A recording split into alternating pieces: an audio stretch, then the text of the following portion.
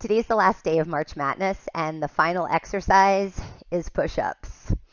I can tell you from many years of trying that watching other people do push-ups does not make you any better at doing them. So I'm not going to bother showing them to you. Instead, I want to talk about 3 things you do a lot in Pilates that are important to pay attention to if you do want to get better at doing push-ups. So the first thing is the relationship of the glide of your shoulder blades to the movement of your arms. You first learn this in Pilates as a very small motion when we teach you how to protract and retract your shoulder blades.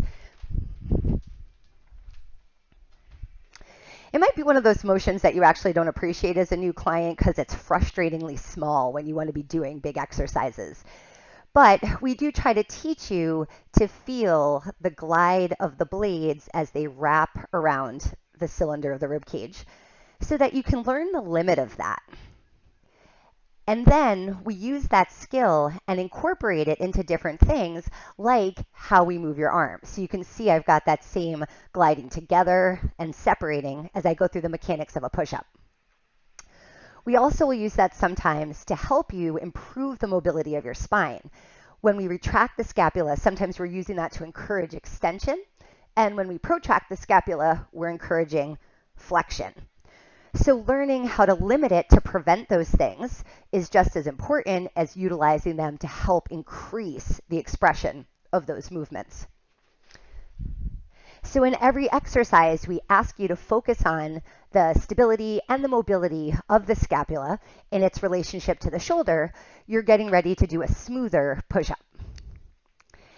Now the second element, those shoulder blades need to glide around a stable surface.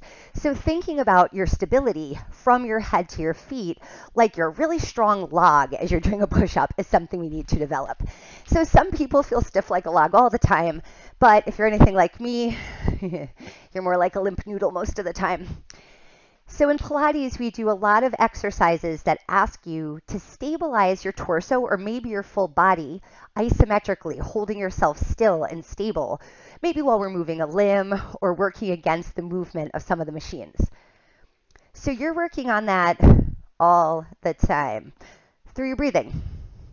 I want you to spend some time as you're exercising noticing how what you do with your breath affects your sense of stability.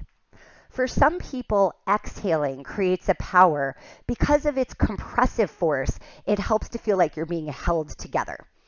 For other people, that doesn't really help make stability, and it's the opposite phase of the breath.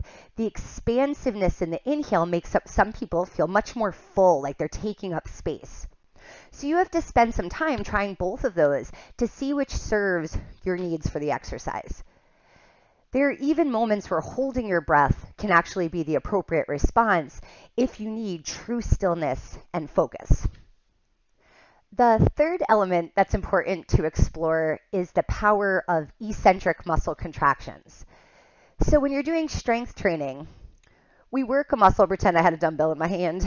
When I do a bicep curl, as I'm lifting a weight, the muscle's getting shorter. We call that a concentric contraction.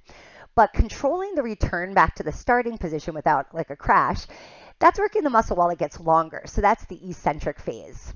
In Pilates, we emphasize that a lot because that's the phase that feels like you're stretching a muscle. But for us, it's important because that's where we build a strength that makes you resistant to injuries. And it also often will help put a little spring in the muscles that let you absorb more shock as you're moving through space. So in the push-up, the Pilates style, we make going down slower because that's the eccentric phase of that motion. So we'll usually do it on an inhale and time it so you're going down in 3 slow pulses, going deeper with each one, and then a smooth push to reach away from the floor. So this is a pushing motion, right? It's called the push-up. So the concentric phase is pushing away there where you're lifting your body weight, and the eccentric phase is where you're letting yourself down slowly against the force of gravity. So sometimes that can be frustrating. If I'm just doing a straight even push-up, I can crank out several more than when I do them with the slow pulses. But in the Pilates style, it gives me time to improve my strength and not cut corners on that phase. And it also gives me a little space to work on what I've already talked about. Time to observe what's going on with my breath and what's most helpful for the movement, as well as feeling the rhythm of everything. Am I maintaining my line and allowing the appropriate glide around the ribs to get me up and down? All right, so that's some stuff you're working on all the time in exercises that seem totally unrelated to push-ups that will help get you there someday.